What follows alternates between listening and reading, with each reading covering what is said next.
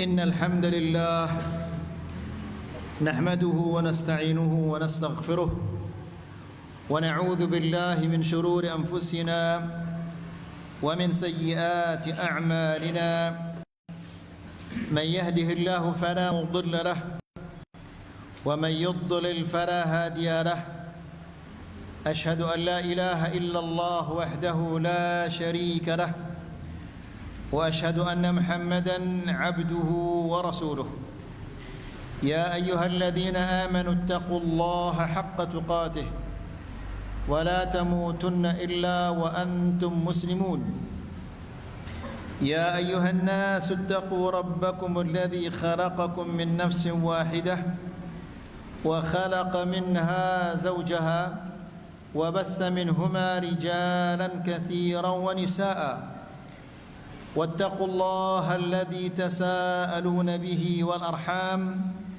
إن الله كان عليكم رقيبا يا أيها الذين آمنوا اتقوا الله وقولوا قولا سديدا يصلح لكم أعمالكم ويغفر لكم ذنوبكم ومن يطع الله ورسوله فقد فاز فوزا عظيما أما بعد فإن أحسن الكلام كلام الله وخير الهدى هدى محمد صلى الله عليه وسلم وشر الأمور محدثاتها فإن كل محدثة بدعة وكل بدعة ضلالة وكل ضلالة في النار إخواني وأخواتي في الدين عزكم الله bapak-bapak dan ibu-ibu yang dimuliakan Allah. Alhamdulillah, segala puji bagi Allah Subhanahu wa taala yang memberikan kita kesempatan dan kesehatan sehingga bisa menghadiri majlisul ilm untuk mendengarkan ayat-ayat Allah dan mendengarkan hadis-hadis Rasulullah sallallahu alaihi wasallam. Semoga langkah-langkah kita menuju ke tempat yang mulia ini dijadikan oleh Allah Subhanahu wa taala sebagai pemberat timbangan kita pada hari kiamat kelak. Ikhwani fi din azakumullah, pada malam ini insyaallah kita akan melanjutkan membaca kitab Syarh Hadits Jibril alaihi salam. Dan hadis ini adalah hadis yang sangat-sangat penting. Kenapa demikian? Karena di dalam hadis ini dijelaskan oleh Rasulullah sallallahu alaihi wasallam tentang agama kita, agama Islam. Dijelaskan tentang rukun iman, kemudian al-Islam, kemudian al-ihsan. Pada pertemuan yang sebelumnya kita menjelaskan definisi Islam, yaitu al-istislamu lillahi bit-tauhid. Islam artinya adalah pasrah diri kepada Allah atau berserah diri kepada Allah dengan cara mentauhidkannya. Wal inqiyadu lahu bit ta'ah, dan tunduk dengan melaksanakan ketaatan-ketaatan. Wal bara'atu minasy-syirk, dan berlepas dari kesyirikan dan pelaku-pelaku kesyirikan. Setelah itu kita menjelaskan tentang rukun yang pertama dari yaitu asyhadatan, dan kita menjelaskan bahawa tidak boleh dipisah antara asyhadu an la ilaha illallah dan asyhadu anna muhammadar rasulullah. Artinya orang yang bersaksi tidak ada ilah yang berhak disembah kecuali Allah, namun dia tidak mau bersaksi bahawa Muhammad adalah utusan Allah, tentunya adalah bukan orang muslim. Demikian juga jika dia bersaksi bahawa Muhammad adalah utusan Allah, namun dia tidak mau bersaksi bahawa tidak ada ilah yang berhak disembah kecuali Allah, ini adalah orang yang Islamnya juga tidak sah. Itu yang terakhir yang kita sampaikan di pertemuan yang sebelumnya. Mari kita lanjutkan ayol ikhwah. Wa ma'na asyhadu an la ilaha illallah. Ma'na asyhadu an la ilaha illallah adalah ay a'tarifu wa uqinu bi annahu la ma'budu bihaqqin illa Allah, yaitu aku mengakui dan meyakini bahwa tidak ada ilah yang berhak, tidak ada sesembahan yang hak kecuali Allah Subhanahu wa ta'ala. Itu artinya semua sesembahan, semua yang disembah selain Allah, dia adalah sesembahan yang batil. Itu harus kita yakini. Ya, yang menyembah malaikat ini adalah sesembahan yang batil, dia menyembah sesuatu yang batil. Yang menyembah nabi ini adalah suatu kebatilan, dan seterusnya. Harus dia meyakini bahwa semua yang disembah selain Allah dia batil. Tidak boleh seorang muslim ketika ditanya, bagaimana menurutmu, boleh enggak kita menyembah malaikat?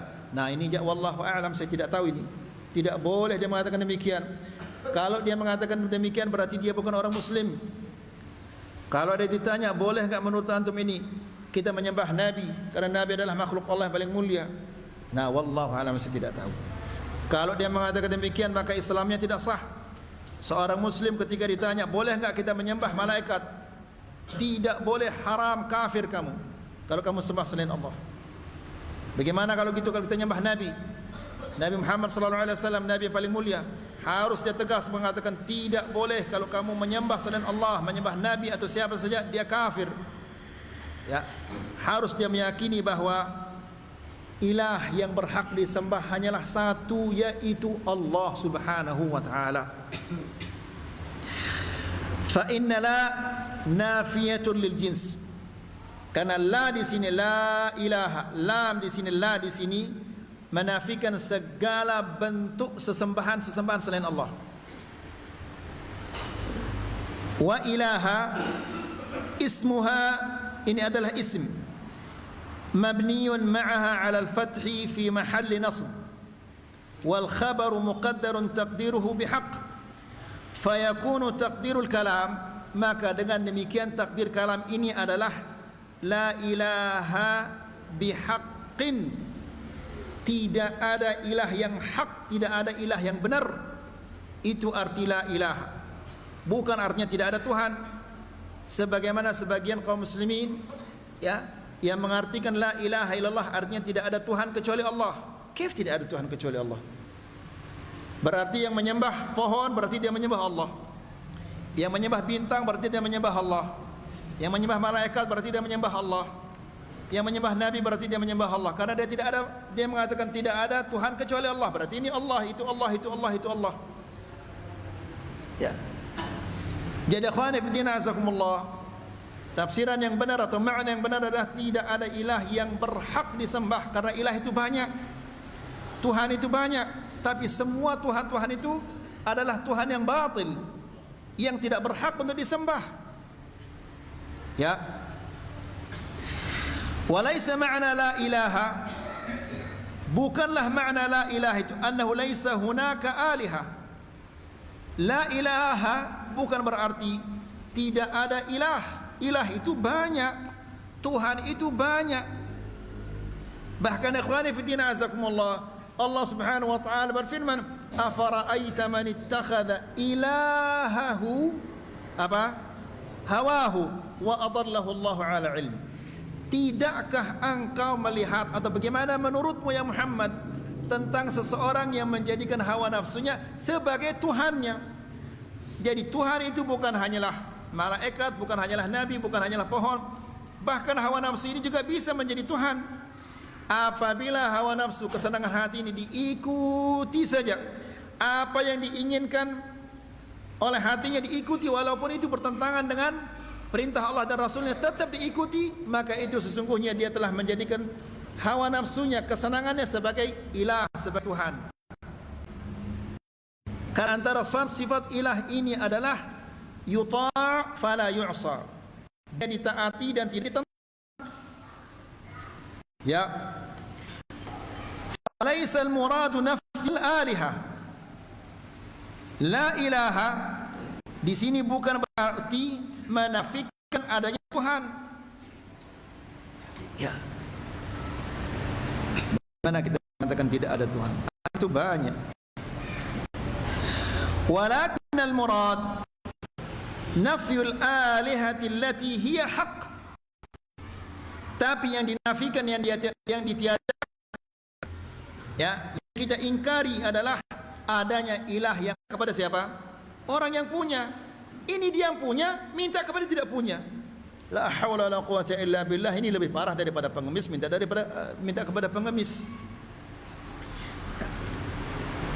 Kemudian wa illa fa hunaka alihatun katsiratun batilah. Ya. Jadi ada ilah-ilah yang batil, ilah yang banyak. Tapi semuanya itu adalah ilah yang batil. Ikhwani fi din azakumullah. Coba tanya orang yang menyembah malaikat. Malaikat itu diciptakan apa enggak? Diciptakan. Kenapa kamu tidak menyembah yang menciptakan malaikat itu? Kenapa malaikat itu kamu sembah? Ya. Yang menyembah nabi atau rasul, tanya mereka. Yang kamu sembah itu makhluk apa enggak? Ya, pasti dia mengatakan makhluk. Kenapa kamu tidak menyembah yang Khaliq, yang menciptakannya? Jadi ikhwani fi din azakumullah, Allah Subhanahu wa taala ditinggalkan, lalu dia sembah selain Allah Subhanahu wa taala. Na'udzubillah. Kemudian jadi alihah, Tuhan-Tuhan itu adalah banyak. Tuhan yang batil itu banyak sekali. Faminan nas man ya'budu syams. Ada di antara manusia menyembah matahari. Matahari itu ciptaan Allah. Kalau Allah Subhanahu wa taala tidak menjadikannya bersinar, tidak mungkin dia akan bersinar. Lihat ayo ikhwan. Matahari di akhir zaman nanti ketika Allah Subhanahu wa taala menghendaki dia tidak bersinar lagi, Allah Subhanahu wa taala akan memerintahkan kepadanya, terbitlah engkau dari mana engkau tenggelam. Ya. Maka lihat ayo ikhwan, tidak bisa dia terbit dari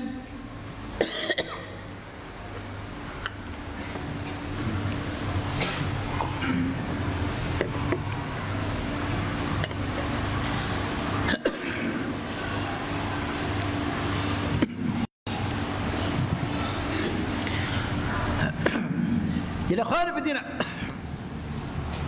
akhwani fi din azakumullah, Allah Subhanahu wa taala menjelaskan, wasyamsu tajri li mustaqarri laha. Matahari itu beredar sesuai dengan apa? Rotasinya. Tapi nanti kalau Allah Subhanahu wa taala menghendaki dia terbit, dia akan terbit dari tempat yang tidak biasa. Ya, dia akan terbit dari barat atas perintah Allah Subhanahu wa taala. Jadi akhwani fi din azakumullah, matahari adalah merupakan makhluk Allah yang paling besar. Tapi dia juga tidak berhak untuk disembah karena dia makhluk. Wa minhum man ya'budul qamar. Ada juga di antara mereka yang menyembah bulan. Wa minhum man ya'budul kawakib. Ada juga di antara mereka yang menyembah planet-planet, bintang-bintang ada di langit. Ya. As-sabi'ah itu kaumnya Nabi Allah Ibrahim alaihissalam. Wa minhum man ya'budu syajar. Ada di antara mereka juga yang menyembah pohon-pohon. Subhanallah. Pohon diciptakan oleh Allah Subhanahu wa taala untuk kita bikin dia menjadi pintu, menjadi kusen, menjadi mimbar. Ya, disembah oleh manusia. La haula wala quwwata illa billah. Coba kenapa mereka enggak pikir, ya, pohon itu kan bisa ditebang, atau nanti kalau dia sudah terlalu tua dia akan tumbang, dia akan jatuh. Ya. Dia tidak bisa menyelamatkan dirinya, bagaimana dia akan menyelamatkan orang lain? Kemudian wal hajar, ada juga di antara mereka yang menyembah batu.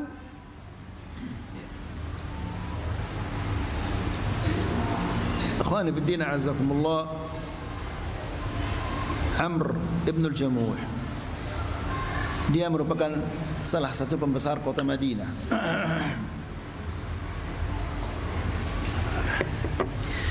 Dan pembesar-pembesar itu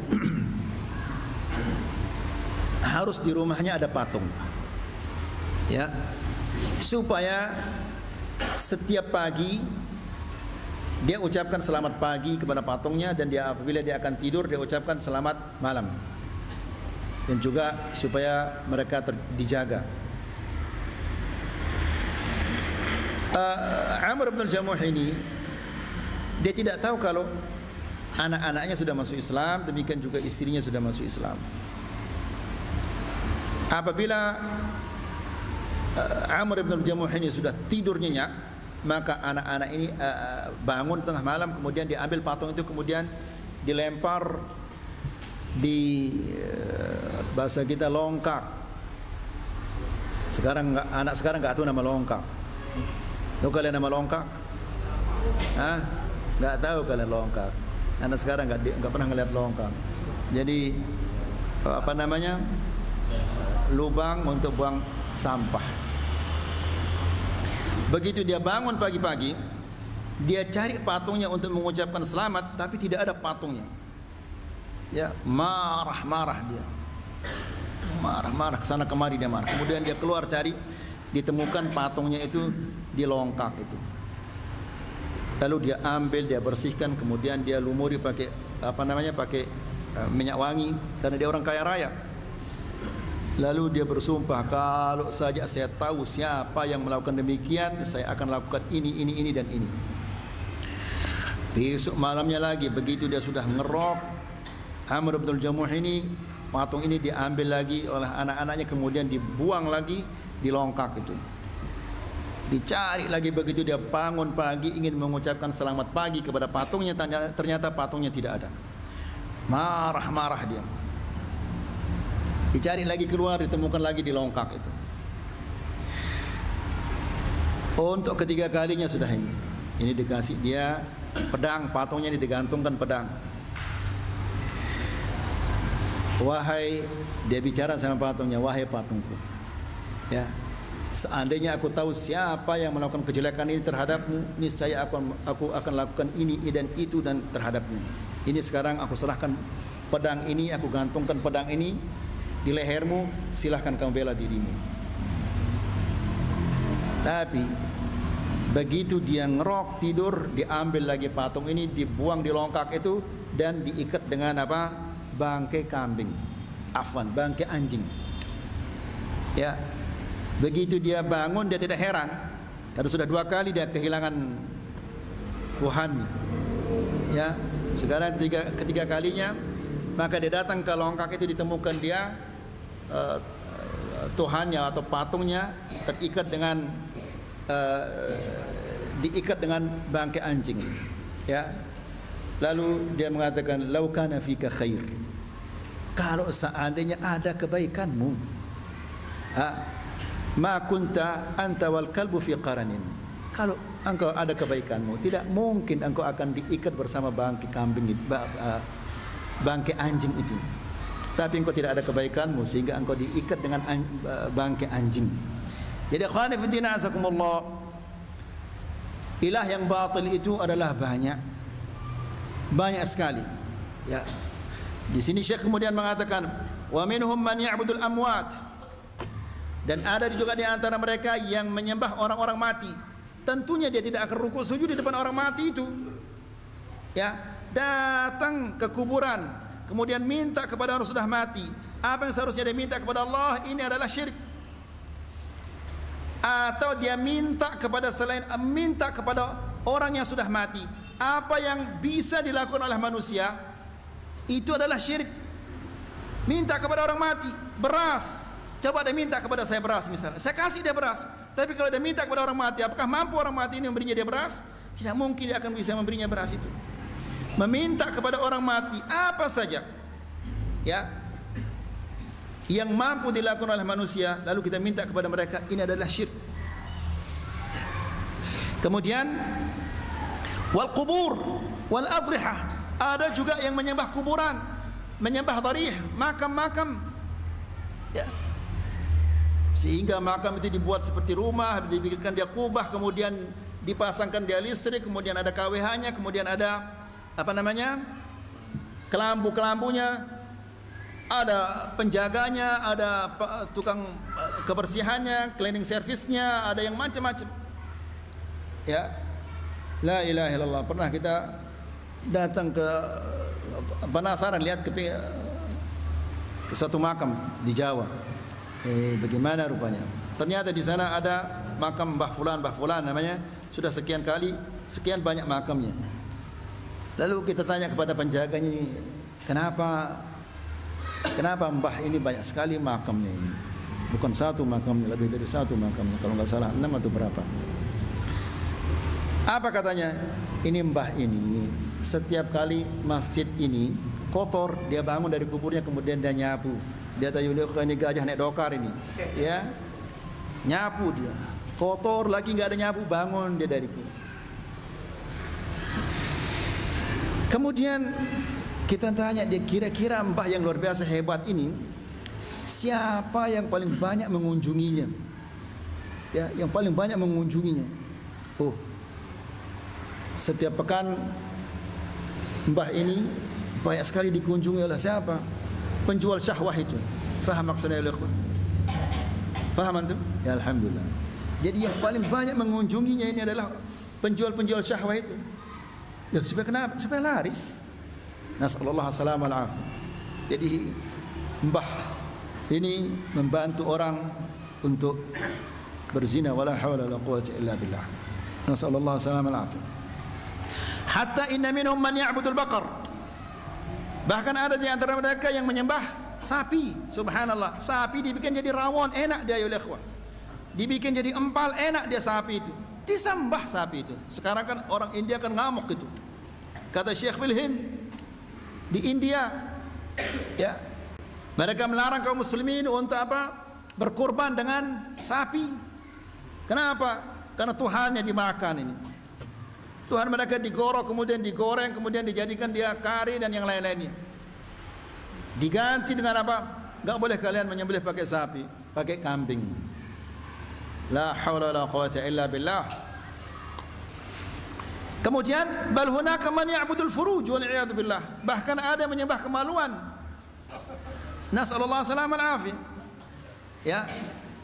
Bahkan pernah saya nonton di National Geographic. Ya. Di National Geographic itu dijelaskan bahwa di India ada ratusan Tuhan. Ada ratusan Tuhan. Di antara Tuhan-Tuhan itu adalah apa? Toilet. Toilet disembah. Karena toilet ini menghilangkan penyakit. Penyakit apa? Penyakit mencret. Disembah. Ada lagi menyembah motor. Ada lagi menyembah fotonya Donald Trump. Bayangkan. La ilaha illallah. Ayo ikhwah, bersyukurlah kita menjadi umat Islam, umat Muhammad sallallahu alaihi wasallam, ya, nabi yang paling sempurna akidahnya, yang paling sempurna ibadahnya, yang paling sempurna akhlaknya. Kemudian kama huwa mawjud fil Hind, ya, sebagaimana yang kita lihat di India. Bal hunaka man ya'budul furuj, bahkan ada yang menyembah kemaluan, wal a'adzu billah. Fal aliha katsirah, yang namanya aliha, Tuhan, sesembahan itu banyak. Walakinnal ilahal haq huwa Allah azza wa jal. Tapi ilah yang hak itu hanyalah satu, yaitu Allah, ya, yang maha kuasa atas segala-galanya. Apa kata Ibrahim alaihissalam? Huwa alladhi yut'imuni wa yasqin. Dia yang beri aku makan dan dia yang beri aku minum. Padahal ya ikhwah, kan kita yang bekerja, kemudian kita mendapatkan nasi, mendapatkan beras, mendapatkan rezeki, kemudian kita makan dia. Tapi itu semuanya adalah dari Allah. Kalau kita banting tulang, bagaimanapun cara kita banting tulang, kalau Allah Subhanahu wa taala tidak menghendaki kita mendapatkan rezeki di hari ini, tidak mungkin kita akan dapat. Kalau Allah Subhanahu wa taala sudah menghendaki kita mendapatkan rezeki, meskipun kita santai-santai bekerja, dapat rezeki. Ya, wa idza alladhi huwa yut'imuni wa yasqin wa idza maridtu fahuwa yashfin. Apabila aku sakit, Dia yang menyembuhkan aku, bukan obat. Obat itu adalah sebab. Yang memberikan kita kesembuhan adalah Allah Subhanahu wa taala. Ya. Walladzi yumituni thumma yuhyin. Dan yang mematikan aku dan menghidupkan aku lagi. Semua ini tidak bisa dilakukan oleh ilah-ilah yang ada ini. Mana ilah yang bisa memberikan kita makan dan minum? Mana ada ilah yang bisa memberikan kita kesehatan? Mana ada ilah yang mematikan kita kemudian menghidupkan kita kembali? Mana ada ilah yang seperti itu? Hanyalah Allah Subhanahu wa taala. Maka Dia satu-satunya berhak untuk disembah. Ya. Kemudian qala Allah azza wa jalla, Allah Subhanahu wa taala berfirman, "Dzalika bi anna Allah huwal haq." Yang demikian itu karena Allah Dialah ilah yang hak untuk disembah. Wa anna ma yad'una min dunihi huwal batil.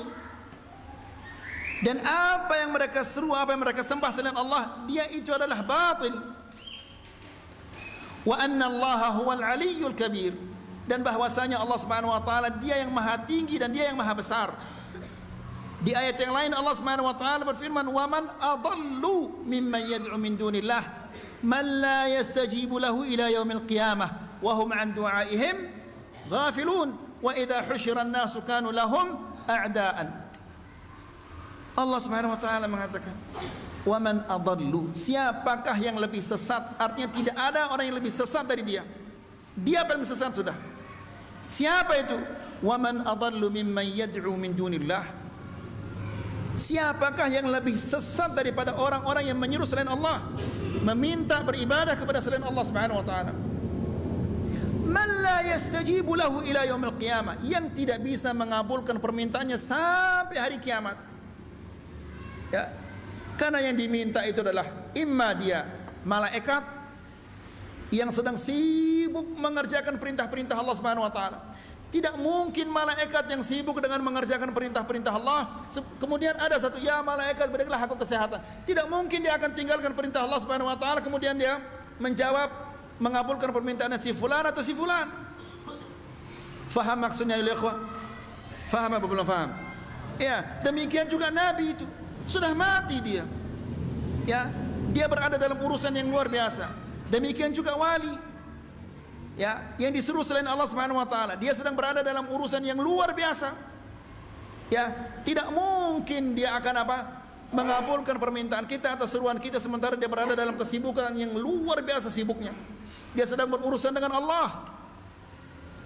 Ya, kalau dia berurusan dengan Pak Bupati atau Pak Gubernur atau Pak Menteri atau Presiden, masih bisa dia menolak ke orang lain. Tapi kalau dia sedang berurusan dengan Allah Subhanahu wa taala, bagaimana dia akan menolak kepada orang lain? Ya. Wa idza husyiran nas, dan nanti apabila manusia-manusia dikumpulkan, kanu lahum a'daan, mereka bermusuhan. Yang menyembah dan disembah mereka akan bermusuhan. La ilaha illallah. Kemudian wal ilah, la ilaha, ilah itu makna al-ma'bud, al-ma'luh, yang disembah. Artinya ay la ma'budu bihaqqin illallah, tidak ada ilah yang berhak disembah kecuali Allah. Ikhwani fi din azakumullah, ada orang mengartikan la ilaha illallah ini la mawjuda illallah, tidak ada di wujud ini kecuali Allah, sehingga tembok ini adalah Allah, pohon ini adalah Allah, bahkan mereka mengatakan yang di dalam jubah ini juga Allah. Maksudnya siapa?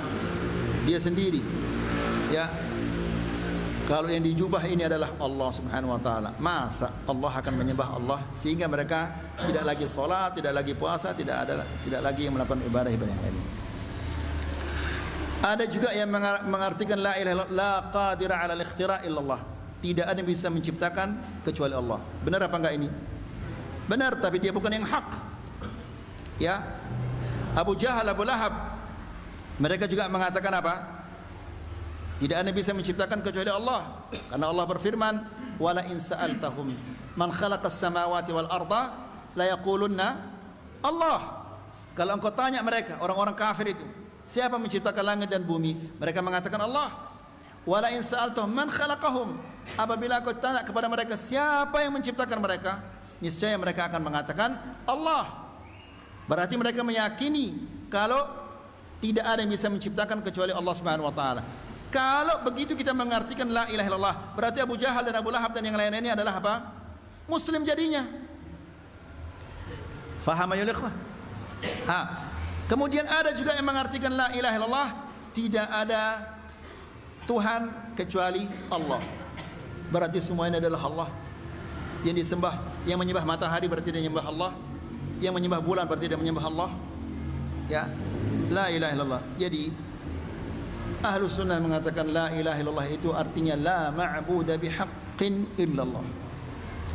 Kemudian fayanfi hadha kull ma'budin bil batil.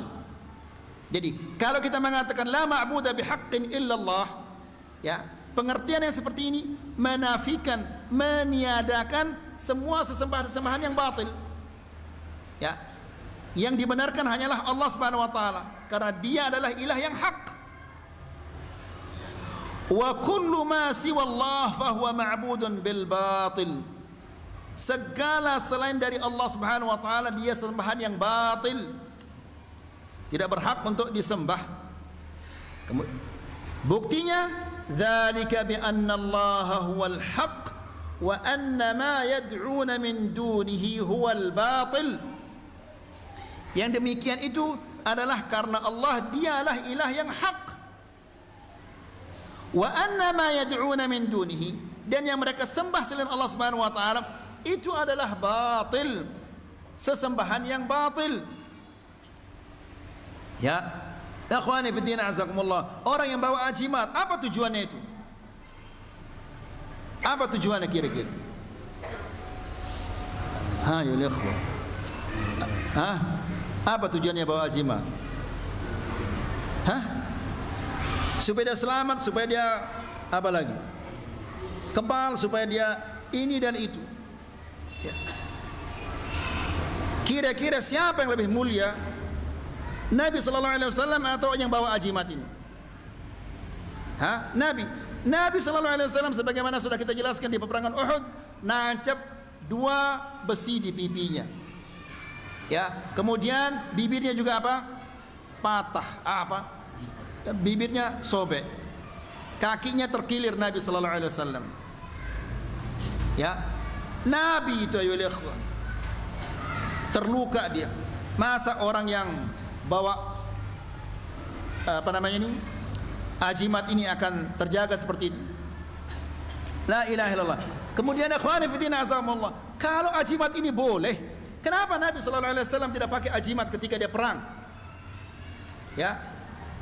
Di Uhud jumlahnya sedikit, kurang jumlah Nabi sallallahu alaihi wasallam. Kemudian di Badr jumlahnya adalah kurang. Kemudian di Dzatur Riqa, bahkan Khalid bin Walid, ya, dia 3.000 melawan pasukan yang jumlahnya berapa? 200.000. Kenapa dia enggak pakai ajimat?